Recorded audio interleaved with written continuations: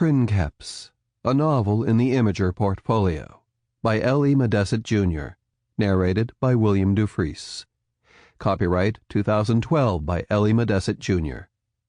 This unabridged audiobook is published by arrangement with L.E. Modesitt, Jr., and was produced in the year 2012 by Tantor Media Incorporated, which holds the copyright thereto. Once more, for Carol Ann. 1. Quaeryt peered out from underneath the thick and warm comforter toward the nearest bedchamber window, its inner shutters fastened tightly. Even so, he could see frost on parts of the polished goldenwood. Supposedly, winter was waning, with spring some 3 weeks away, except that winter lasted into spring in Tilbor, even in Tilbora, the southernmost city in the province. The harbor in far north Noira would not ice out until the end of Maris, most likely. A lithe figure wrapped her arms around him. "You don't have to get up yet." "I do. It's Lundi, and I am Princeps, you might recall." "Dearest, do you have to?" The excessively pleading tone told Quaeryt that Vaelora knew he needed to rise, but that... He turned over and embraced her wholeheartedly, finding her lips on his. All too soon he released her, wishing that he did not have to leave their bed. But then it had been her desire to remind him of that. Bhayar had been right. Quaeryt and Vaelora were enjoying being married, even if he'd never seen it coming. Vaelora had protested that she hadn't either, that her brother had insisted she join him on his ride to Tilbora to keep her from the trouble she might have gotten into in his absence. Quaeryt had his doubts about her purported ignorance, but if that was the way she wished to portray matters, he'd certainly respect it. Then it could have been that way. She hadn't brought anything with her but riding clothes, and women who planned on being married usually thought about what they'd wear, unless she'd wanted to be able to insist she hadn't known. And that was also very possible. He'd gone over all those possibilities for weeks, and probably always would, and he suspected she had planned that as well. He smiled. "What is that smile for?" she asked, again in Bavarian, the language in which they conversed when alone, or in dealing with Bhayar. "I was just thinking about the depths behind those seemingly guileless brown eyes." "I cannot believe you are interested solely in those depths." Her slightly husky voice was both warm and slightly sardonic. Quaeryt found himself blushing. "You see?" "Enough, lovely woman," he declared with mock gruffness. "Your brother did say that we were to keep each other warm." "How, dearest, can I do that if you insist on getting out of this warm coverlet in this chilly bedchamber?" Eventually, Quaeryt did leave the bed, as did Vaelora, and they washed and dressed quickly. Quaeryt was more than grateful for the warm water waiting in the bath chamber. Just the thought of the cold water in the officers' quarters made him shiver. Although Governor Strycere, when he had been Princeps, had lived with his wife and family in one of the row houses along the north wall of the Telaryn palace, Bhayar had declared that such quarters were not suited to his sister.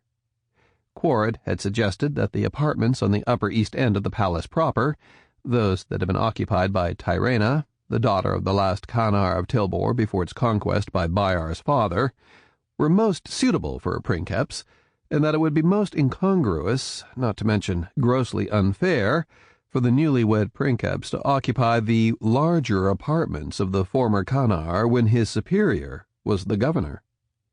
That arrangement had been accepted by Bhayar and Vaelora, and had certainly obviated possible tensions between Governor Strycere and Quaeryt.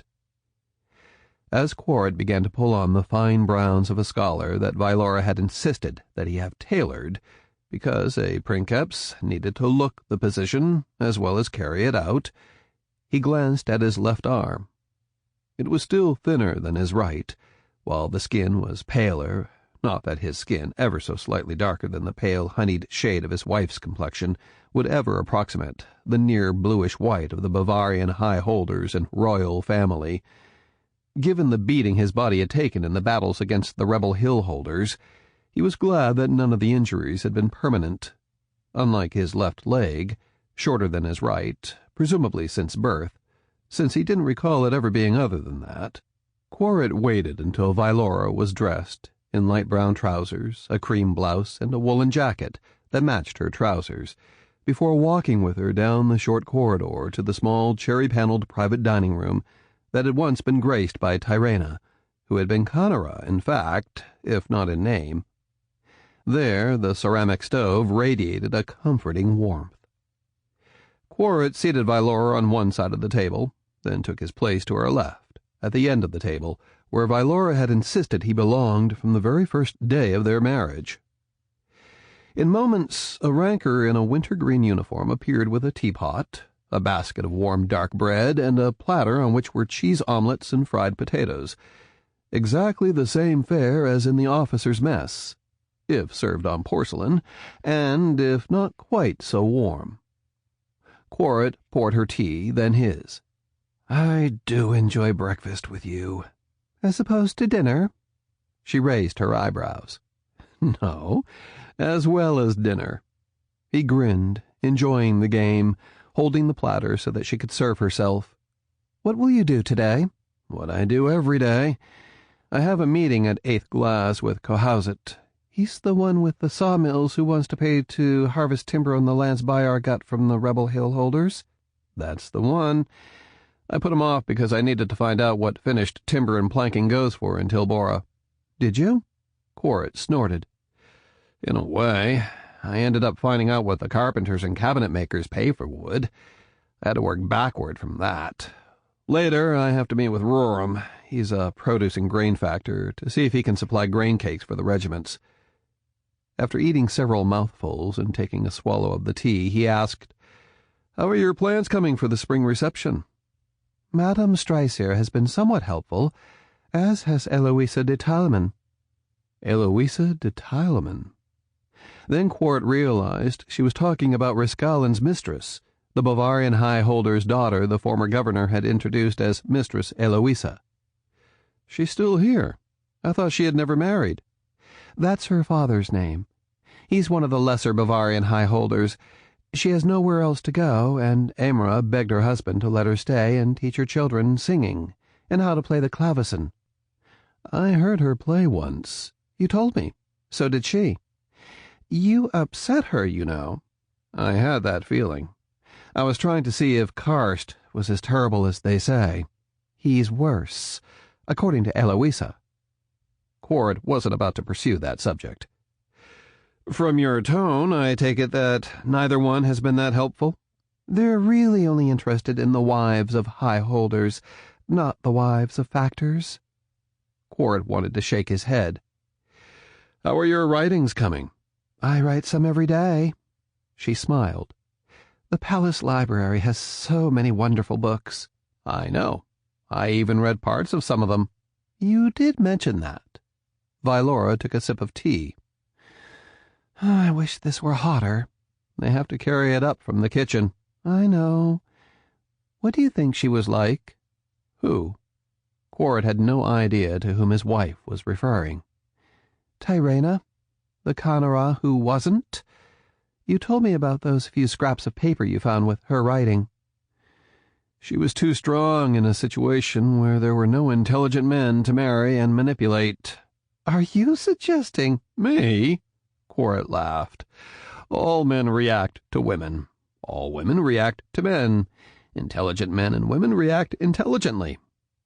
Usually, but not always, unfortunately. From all the documents I've read, none of the men in power after her father fell too ill to understand were intelligent enough to listen to her. Probably the only man in Telaryn who might have been was your brother, and he's much better off with Eilena." "Why do you say that?" "Because you said that, and you know them both far better than I do." He swallowed the last of his omelet and the remainder of his tea. "I need to go." He stood, then moved beside her chair, bent and kissed her neck. After a long moment, he straightened. "Remember," she said, "make the factors explain in detail." Quaeryt smiled. "Yes, dearest. You're close to disrespecting me." Her tone was bantering. "Close doesn't count, except in bed." "I know what you're thinking." He managed not to blush. "I'll see you later." After leaving the third-level apartments, he made his way down the circular staircase to the second level, and then to the Princeps' anteroom and the study beyond. After almost a month and a half as Princeps of Tilbor, he was still slightly amazed when he walked into the study, although the view to the northern walls and the hills beyond were largely blocked in winter by the mostly closed shutters and hangings. Princeps or not, he still met with Strycir at the 7th glass of the morning every Lundi, and once he had checked with Vorum, the squad leader who was his assistant, he walked back across the second level to the governor's chambers. "He's waiting for you, sir," offered Under-Captain Carmet from his table desk in the anteroom. "Thank you." Quaeryt closed the study door behind himself and took one of the seats in front of Strycir's wide table desk. "Good morning." He spoke in Telyn, because that was the language used normally by the military, although officers were strongly encouraged to learn Bavarian, and failure to do so was usually a bar to promotion above captain.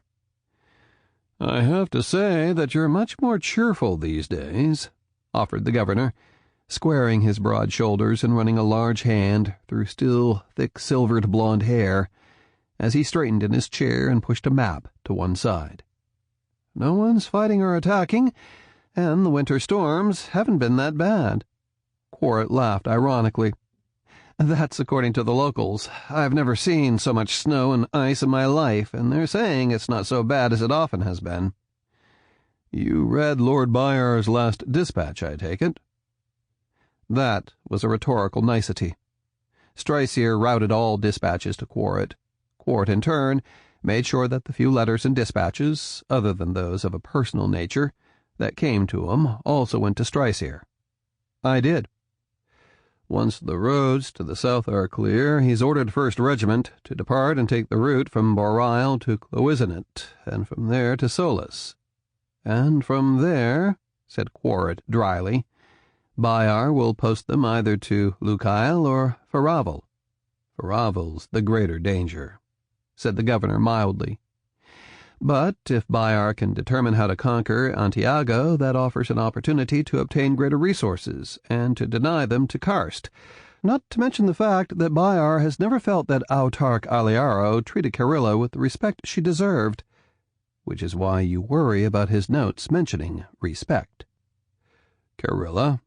Strycir's silver-blonde eyebrows lifted. "His oldest sister. She died in childbirth. According to Aliaro, her daughter died also. The daughter's death was mentioned as an afterthought." "Did the autarch express profound sympathy? Do you know?" "I gained the impression that the sympathy was slightly more than perfunctory." Strycir shook his head. "Has Lord Bhayar conveyed anything personally to you?" "Outside of brotherly missives to Vaelora and 2 rather short and polite notes reminding me to respect her at all times, I have heard nothing since the wedding." He paused, then asked, "How do Miskill and Scarpa feel about the progress of 2nd and 3rd Regiments?" "They feel that 2nd Regiment is largely ready, and that 3rd Regiment will be ready for whatever duties it may be assigned by the end of spring.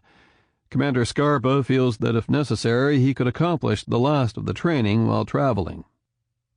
Quaeryt missed eating in the mess with the officers, but as Princeps, he was not in the military chain of command, except in the event that Strycir was killed or incapacitated. Twice he had taken the governor's place at mess night, once when the governor had the flux, and once when a snowstorm had stranded him at Highholder Thurl's estate, even though the estate gates were less than 5 mills from the Telaryn palace. "I'll be meeting with Cohauset at 8th glass," Quaeryt offered. "You saw the revisions to the calculations based on your recommendations?" "I did. Cohauset will still do well, but Lord Bhayar can use the golds, especially if Karst attacks." or if Bhayar attacks Antiago. I'll be meeting with Rorem this afternoon as well. That's about whether he can supply those grain cakes for travel fodder for the regiments. He's a produce factor, isn't he? Not a grain factor. He is both. And Major Minot mentioned that he includes some rougher grains in his cakes, and they travel better, and the horses seem to do better. After you pointed out that there won't be much forage when they're leaving, I thought I should look into it. Strycer nodded. I'm already getting to the point where I'll miss you when you go. Go? I'm not going anywhere, not that I know. The governor smiled, and his icy blue eyes seemed to soften for a moment. You managed to get things done. You're old enough to understand, mostly, and young enough to try the almost impossible. You also know the difference between impossible and not quite impossible. You're trustworthy, and Bhayar trusts you. There will be fewer and fewer advisors and officers whom he can trust totally. Sooner or later, he'll need you again. For your sake, I hope it's later. So did Quaeryt. Is there anything else? No, sir. Good. I'll talk to you later. Quaeryt rose and made his way back across the second level of the palace. Cohauset was already in the anteroom, waiting when Quaeryt returned to his chambers. Princeps, sir? Do come in. Quaeryt smiled and kept walking. The timber factor followed, and Vorum closed the study door behind them. Quaeryt gestured to the chairs, then settled behind his desk. Lord Bhayar has agreed that the mature goldenwoods and oaks can be cut, but there are a number of conditions involved. There are always conditions in everything, said Cohauset. There are indeed. Quaeryt picked up the sheet of paper from the desk and handed it over. Here are the terms. Quaeryt could see the tick in the factor's left eye begin to twitch as the older man read the sheet of paper. I don't know about leaving the softwoods untouched, said the factor slowly. We know that the goldenwoods and oaks are heavier. There will be times when they bring down the evergreens. The terms state that you can only log those brought down incidentally, and not incidentally on purpose. Is that unreasonable?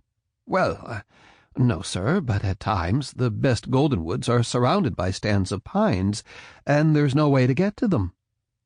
Quaeryt listened until Cohauset finished, then said, You'd best make those points of access very narrow. I suppose we can handle that. But no goldenwoods less than 2/3 of a yard across, or 2 yards around at a yard above the ground? That's what the best foresters recommend. Begging your pardon, Princeps, but foresters aren't the ones who have to cut and mill the timber. That's true. They're the ones who have to make sure that there are trees there for your sons to cut and mill. Cohauset sighed and went back to reading, but only for a few moments. Smoothing and tamping the logging roads? Lord Bhayar doesn't want large gullies in the middle of his woods. But, sir, tamping takes men and time and— Again Quaeryt listened, before finally saying, quietly, You are getting access to prime goldenwoods and oaks. There's not a stand like them anywhere else in Tilbor. But these terms— I suppose I could post the terms and have others bid on them, mused Quaeryt. Not that he wanted to, because Cohauset was by far the most honest of the timber factors, and that meant that Bhayar would likely not be shorted on the golds from the sale of the timber. Quaeryt would have liked to have sold the rights for a flat fee, but there wasn't a timber factor in Tilbor who possessed that amount of golds to pay up front. No, I'll do what's right, Princeps. Cohauset looked to Quaeryt. I've heard your fare. Hard, mayhap, but fair. It'll take a bit longer, though. I understand. And Quaeryt did. Everything has to do with golds and time. He understood that necessity, but even with the more honest factors, and Cohauset was one of those, every term had to be spelled out in ink, and then explained. He couldn't say that he was looking forward to the meeting with Rorem. With all the nitpicking and endless details required in everything, it seemed, he understood more than ever why Strycer had been more than happy to relinquish his duties as Princeps. to Quaeryt. 2. Jury morning dawned clear and bright, but there was still frost on the windows, and Quaeryt was most happy that the dressing-chamber had a large carpet, because he could see frost in places on the polished marble floor. Even the lukewarm wash-water pitchers showed warm vapor rising into the air. "The pitchers, they look like the hot springs below Mount Extela," said Vaelora. "Well, they don't really, but they remind me of them. I wish we had hot springs here. A truly hot bath would be so wonderful." "If the springs were so wonderful, why did he move the capital from there?" bantered Quaeryt. He knew about the mountains of fire, but not about the hot springs. Bhayar said his father did it because Solis was better located for trade and transport. He never mentioned hot springs in winter. But then maybe he wasn't one for baths. "Quaeryt." "Well, why haven't I heard about these wonderful warm baths?" "It's not something we talk about." Quaeryt frowned. "I don't understand." "It's a family secret." Vaelora smiled. "Am I not part of the family now?" "You are, and I'll tell you because I don't want any secrets between us. Promise me that you won't keep secrets from me." "I promise." "I mean it." "I understand," Quaeryt replied, and he did. He already knew that when she set her mind to something, nothing changed her course. "He did it because of a vision." "A vision? Lord Bhayar was a most practical man. I can't believe he saw visions." "He didn't, dearest." Quaeryt sighed, loudly. "Father moved the capital to Solis because Grandmère had a vision. She didn't call it that. She said it was foresight. She was mostly Farsi. Everyone knows that, but no one talks about it. She had more than a few visions, and Father said he had not listened to her only once, and he wished he had. So when she said she'd seen Extela in ruins and parts of it covered with ash and lava, he didn't argue." "Well, so far as I know, Extela is still doing quite nicely." "It is. Sometimes the mountain rumbles, and at times it spews out ash, but the ash and hot springs are why the uplands are so fertile." "And he uprooted everyone and rebuilt Solis because of a vision." Quaeryt tried not to sound appalled. "One that never happened." "You didn't know Grandmère." Quaeryt considered. "If her grandmother was anything like Vaelora, I can see." "You take after her, don't you?" Vaelora offered a rueful smile, one of the few that Quaeryt had seen on her face. "That was what Mother claimed. Bhayar said I have her spirit and that I was born to plague him." Quaeryt grinned broadly. "So that was why—" He didn't get any farther because a good portion of the cold water pitcher splashed across his chest and face. Later, when laughter subsided, with domestic order restored and Quaeryt stopped shivering and got dressed, they did manage to reach the private dining chamber, where, thankfully, the stove had warmed the air to an almost pleasant state. Pleasant for winter in Tilbor, reflected Quaeryt, as he took a welcome swallow of tea. "Dearest, are you still going to ride to the Scholarium this morning?"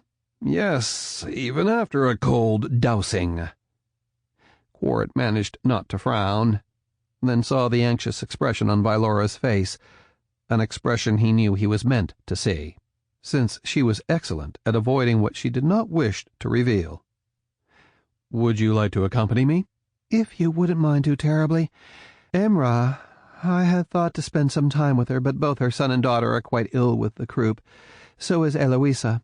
That means I won't see her either, and I was looking forward so to learning some of the pieces by Quaeryt and Vaelora." "Isn't there sheet music? You play well enough." "She only has one copy of each, and she is most guarded in holding them. You can understand why that might be, and I'd rather not have to copy it line by line."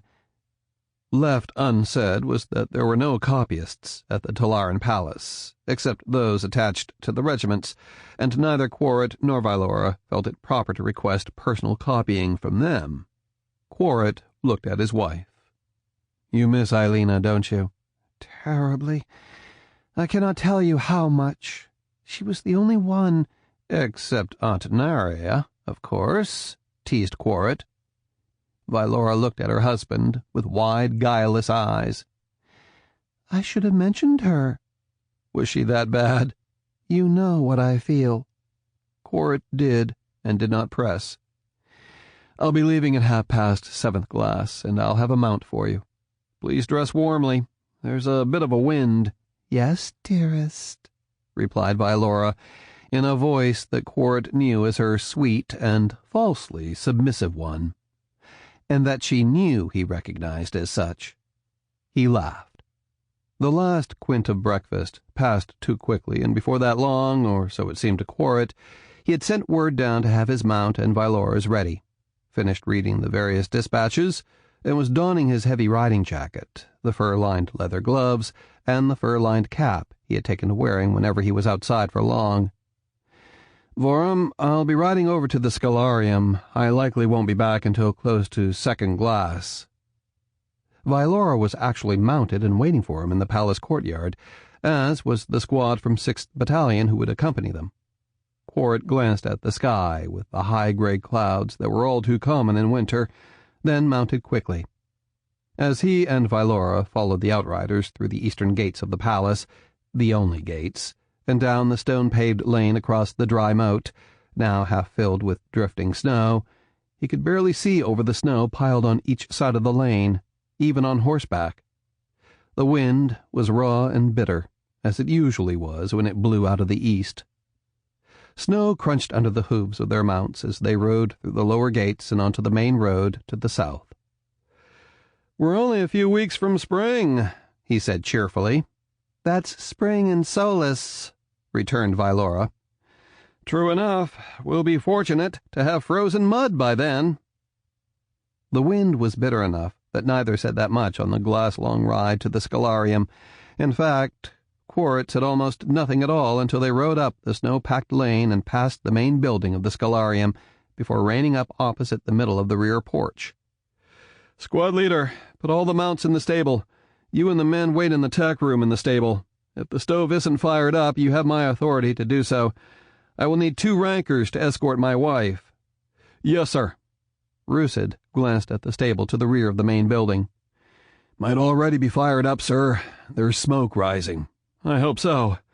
It's been a cold ride, at least for us." "Bet on colder ones, sir. But a warm stove would be good for the men." Vaelora and Quaeryt dismounted, climbed the steps, and crossed the wide and empty covered porch. As he held the door for her, he said, "There's a stove in the main hall outside the Master Scholar's study. You can warm yourself there. I imagine you'll have company before long, besides your escorts." Vaelora raised her eyebrows, then brushed the combination of water and melting frost from them. "Oh?" "There aren't any women here, except for the cooks and a few others, and none are as beautiful as you." "Who could tell under all these garments?" "They could tell." Quaeryt turned as the gray-haired and round-faced Master Scholar hurried toward them. "Nalaken, I'd like to present you to my wife, the Lady Vaelora."